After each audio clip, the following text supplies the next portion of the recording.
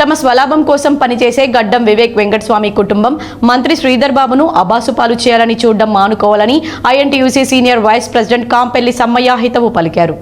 Godavarikhani press క్లబ్లో శనివారం ఏర్పాటు చేసిన మీడియా సమావేశంలో ఐఎన్టీయూసీ వైస్ ప్రెసిడెంట్ వడ్డేపల్లి దాస్తో కలిసి ఆయన మాట్లాడుతూ గడ్డం ఫ్యామిలీ ఏనాడు పార్టీ కోసం ప్రజల కోసం పని చేయలేదని, అలాంటి వ్యక్తులు కావాలని మంత్రి శ్రీధర్ బాబుపై బురద జల్లే ప్రయత్నం చేస్తున్నారని ఆరోపించారు.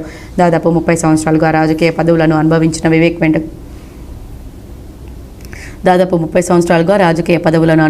వివేక్ వెంకటస్వామి కుటుంబం దళితులకు ఏమి చేసిందో చెప్పాలని డిమాండ్ చేశారు. మంత్రి పదవి కోసం వివేక్ వెంకటస్వామి పార్టీ తీసుకున్న ఎస్సీ వర్గీకరణ కాదని అన్నదమ్ముల్లో ఉన్న మాల మాదిగలను విడగొట్టే ప్రయత్నం చేశారని ఆరోపించారు. వివేక్ కుటుంబం ఎన్నికల సమయంలో రావడం, అన్ని పార్టీల వారికి డబ్బులు పంచడం, గెలవడం, ఆ తర్వాత పత్తా లేకుండా ఎప్పుడూ ఇదే తంతని ఎద్దేవా చేశారు. పార్టీలు మారడాలు, గ్రూప్ రాజకీయాలు చేయడం వివేక్ వెంకటస్వామి కుటుంబానికి వెన్నతో పెట్టిన విద్యాన్ని విమర్శించారు. డబ్బు మద్యంతో కొందరిని ఎగవేసి ప్రజల కోసం పనిచేసే మంత్రి శ్రీధర్ బాబుపై అసత్యపు ప్రచారం చేయడం మానుకుని పార్టీ కోసం పనిచేయడం నేర్చుకోవాలని హితవు పలికారు. వివేక్ వెంకటస్వామి గారు ఈ మధ్యకాలంలో కాన్స్టిట్యూన్సీని పట్టించుకోకుండా రాష్ట్ర వ్యాప్తంగా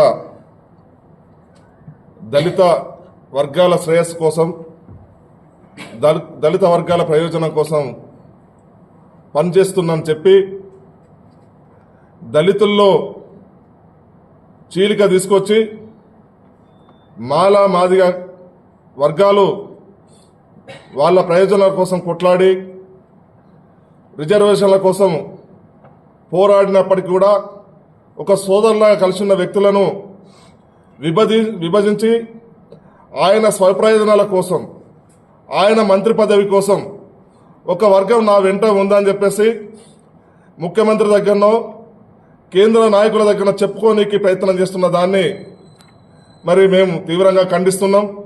సాక్షాత్తు అసెంబ్లీలో ప్రకటించిన సందర్భంలో కూడా పార్టీ నిర్ణయాలను వ్యతిరేకం చేస్తూ అసెంబ్లీలో జరిగిన తీర్మానం, ఒక ఎమ్మెల్యే అయి ఉండి కూడా అసెంబ్లీలో జరిగిన తీర్మానాలను కూడా వ్యతిరేకిస్తూ మరి సుప్రీంకోర్టు ఇచ్చినటువంటి తీర్పును కూడా మరి కాల రాస్తూ ఒంటెత్తు పొగడబోతున్న వివేక్ గారికి ఇది సరైన కాదని చెప్పేసి మరి తెలియజేస్తున్నాం. మరి అదేవిధంగా మచ్చలేని నాయకుడు, అజాత శత్రువులాగా ఉన్నటువంటి ఏదైతే మన శ్రీధర్ బాబు గారు మరి ఏ వివాదాలకు పోకుండా, ఎలాంటి గ్రూప్ తగాదాలు పెట్టకుండా, ఎలాంటి గ్రూపులు మెయింటైన్ చేయకుండా ఒక కలక్షకమైన మనస్తత్వంతో, ఒక మంచి ఉద్దేశంతో మరి కాంగ్రెస్ పార్టీని మరి ఆయన తండ్రి నుండి ఇప్పటి వరకు మరి కాంగ్రెస్ వారసత్వాన్ని కొనసాగిస్తూ కాంగ్రెస్ ప్రభుత్వం నుండి ప్రజలకు మరి కార్యకర్తలకు అందరికీ కూడా మేలు చేస్తూ ఈ ప్రభుత్వాన్ని నడిపిస్తున్న, ముందుకు తీసుకుపోతున్న సందర్భంలో వివేక్ గారు కేవలం ఆయన పదవి కోసం వచ్చి ఇవాళ ఉంటాడా, మరి రేపు బీజేపీకి పోతాడా, మరి టీఆర్ఎస్కి పోతాడో తెలియని పరిస్థితుల్లో ఉండి ఈ కాంగ్రెస్ ద్వారా ఎదిగినటువంటి మరి వివేక్ కానీ, వాళ్ళ సంతానం మరి వినోద్ గారు కానీ, వంశీ గారు కానీ ఇవాళ శ్రీధర్ బాబు గారిని అబాస్పాలు చేయడానికి, శ్రీధర్ బాబు గారిని ఏదో ఆయన మీద అబాండాలు మోపడానికి చేస్తున్న ప్రయత్నం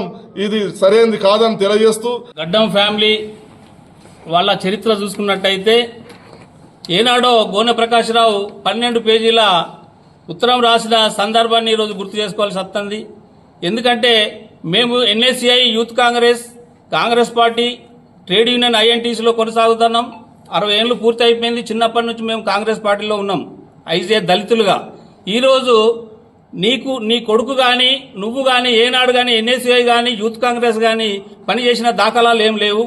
ఎందుకంటే ఇక్కడ కాంగ్రెస్ పార్టీ ఎన్నో మీ నాన్నకాల నుంచి మొదలు పెడితే ఇప్పటికీ ఈ రోజు ఇక్కడ కాంగ్రెస్ పార్టీకి ఆఫీసు లేకుండా పోయింది. అది మీ ఫ్యామిలీ చేయబట్టే.